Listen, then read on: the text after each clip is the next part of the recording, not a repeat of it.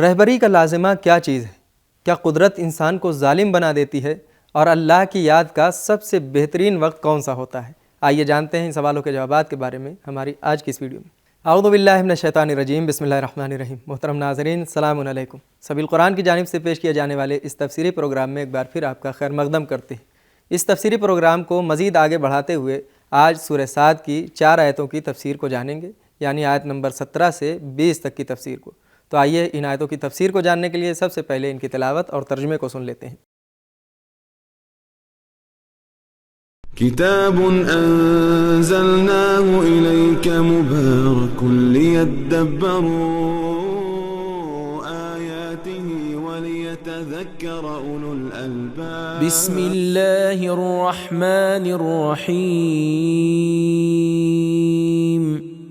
اصبر على ما يقولون واذكر عبدنا داود ذا الأيد إنه أواب إنا سخرنا الجبال معه يسبحن بالعشي والإشراق والطير محشورة كل له أواب وشددنا ملكه وآتيناه الحكمة وفصل الخطاب۔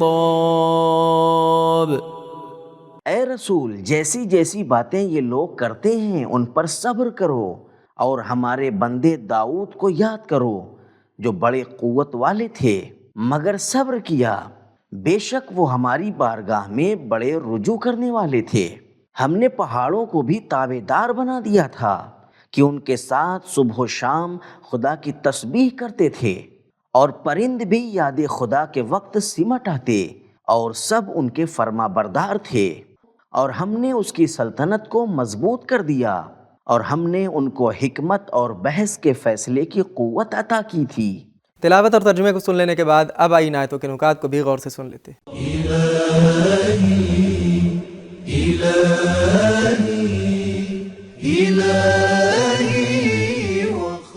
نکات۔ اس سورے میں 9 نبیوں کی تاریخ بیان ہوئی کہ جن میں سے 3 کی تاریخ تفصیل سے بیان ہوئی اور باقی 6 کی اجمال کے ساتھ بیان ہوئی ہے۔ سب سے پہلے جناب داؤد ہیں جن کی 10 کمالات کے ذریعے تعریف کی گئی ہے۔ ان آیتوں میں جناب داؤد کے 10 کمالات بیان ہوئے ہیں۔ الف، پیغمبر اسلام صلی اللہ علیہ وآلہ وسلم کے لیے صبر کا نمونہ۔ اصبر علی ما یقولون واذکر عبدنا داؤد۔ بے، اللہ کی بندگی، عبدنا۔ جیم، اللہ کی طرف پلٹنا اور مسلسل رجوع کرنا، انہ اواب۔ دال، قدرت والا ہونا، انا سخرنا الجبال معہ۔ ہے، پہاڑوں کا تابع دار ہونا اور ان کے ہمراہ تسبیح کرنا، یسبحن معہ۔ واو، پرندوں کا ان کے پاس سمٹ آنا، والطیر محشورا۔ زے، ان کے رجوع میں پرندوں کا ساتھ ہونا، کل لہ اواب۔ ہے، حکومت اور حاکمیت، شددنا ملکہ، تو اللہ کی حکمت، آتیناہ الحکمہ، یہ حق کے ساتھ اختلافات کا فیصلہ کرنا، فصل الخطاب۔ قرآن مجید کی کچھ آیتوں میں پرندوں کی بات کی گئی ہے۔ من جملہ، الف، جناب ابراہیم علیہ السلام کا واقعہ اور 4 پرندوں کا زندہ ہونا، فخذ 4 من الطیر، جہاں پرندے توحید اور معاد کو پہچاننے کا وسیلہ بنتے ہیں۔ بے، حضرت عیسیٰ علیہ السلام کا ایک معجزہ ایک پرندہ بنانا تھا جس میں نفس پھونکنے پر حیات آ گئی۔ انی اخلق لکم من الطین کحیۃ الطیر فانفخ فیہ فیکون طیرا۔ سورہ مائدہ آیت نمبر 110۔ جیم، اس آیت میں پرندے جناب داؤد علیہ السلام کے ہم نوا بنتے ہیں۔ والطیر محشورا۔ دال، ہدہد جو جناب سلیمان کے لیے خبر لایا اور ان کا خط پہنچایا۔ اذهب بکتابی ھذا فألقہ الیہم۔ سورہ نمل آیت نمبر 28۔ ہے، پرندوں کے پاس منطق ہوتی ہے اور وہ انبیاء کو جانتے ہیں۔ علمنا منطق الطیر، سورہ نمل آیت نمبر 16۔ واو، وہ پرندے جو دشمنوں کی نابودی کا وسیلہ بنتے ہیں۔ وَأَرْسَلَ عَلَيْهِمْ طَيْرًا أَبَابِيلَ، سورہ فیل آیت نمبر 3۔ زے، پرندے آگاہی کے ساتھ نماز پڑھتے ہیں اور تسبیح کرتے ہیں۔ کُلٌ قَدْ عَلِمَ صَلَاتَهُ وَتَسْبِيحَهُ، سورہ نور آیت نمبر 41۔ حکمت سے مراد مضبوط، یقینی اور غیر قابل رد معارف ہیں، بالکل علم کے خلاف، کیونکہ علم میں ہمیشہ خطا اور تردید کا امکان ہوتا ہے۔ نکات کو سن لینے کے بعد اب آئیے دیکھتے ہیں کہ یہ آیات ہمیں کیا پیغام دیتی ہیں۔ كتاب أنزلناه إليك مبارك ليدبروا پیغام نمبر 1، رہبری کا لازمہ دوسروں کی کڑوی باتوں پر صبر کرنا ہے۔ نمبر 2، گزرے ہوئے لوگوں کی تاریخ کو یاد کرنا مشکلات اور سختیوں میں صبر کا ذریعہ ہے۔ نمبر 3، مذاق اڑانا اور بری تبلیغات کرنا دشمنوں کا ہمیشہ کا کام ہے۔ اصبر علی ما یقولون، فعل مضارع تسلسل کی علامت ہے۔ نمبر 4، دشمنوں کا مذاق اڑانا اور ان کی تشہیرات بہت سخت اور شدید ہیں، کیونکہ ایسا نبی جو سعی صدر اور حلم کا مالک ہے اسے بھی تھکا دیتی ہے اور صبر پر مجبور کر دیتی ہے۔ نمبر 5، انبیاء کو بھی اللہ کے وعظ و نصیحت کی ضرورت ہوتی ہے۔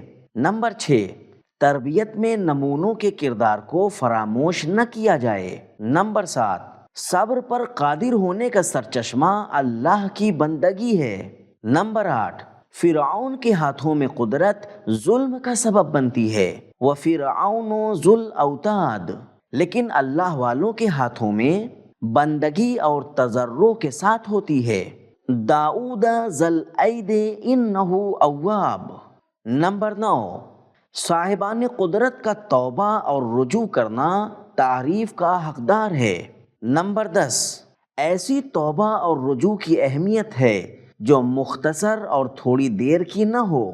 اواب، حضرت ایوب علیہ السلام بہت رجوع کرتے تھے اور ہر چیز میں اللہ کی طرف رخ کرتے تھے، اور یہی دائمی توجہ ان کی قدرت کا سبب تھی۔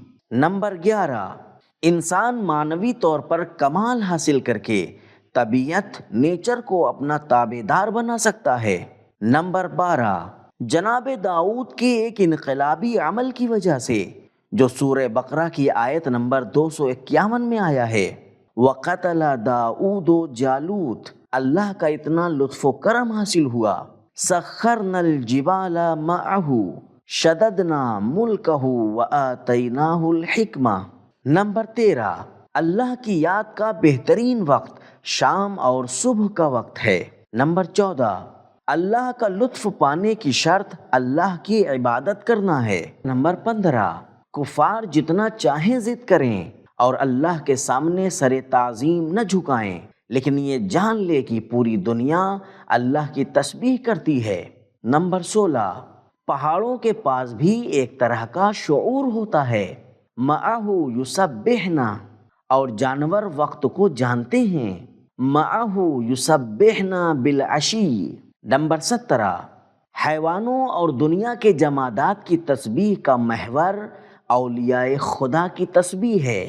نمبر 18، پرندے اللہ اور دنیا کی بنسبت ایک طرح کا شعور رکھتے ہیں۔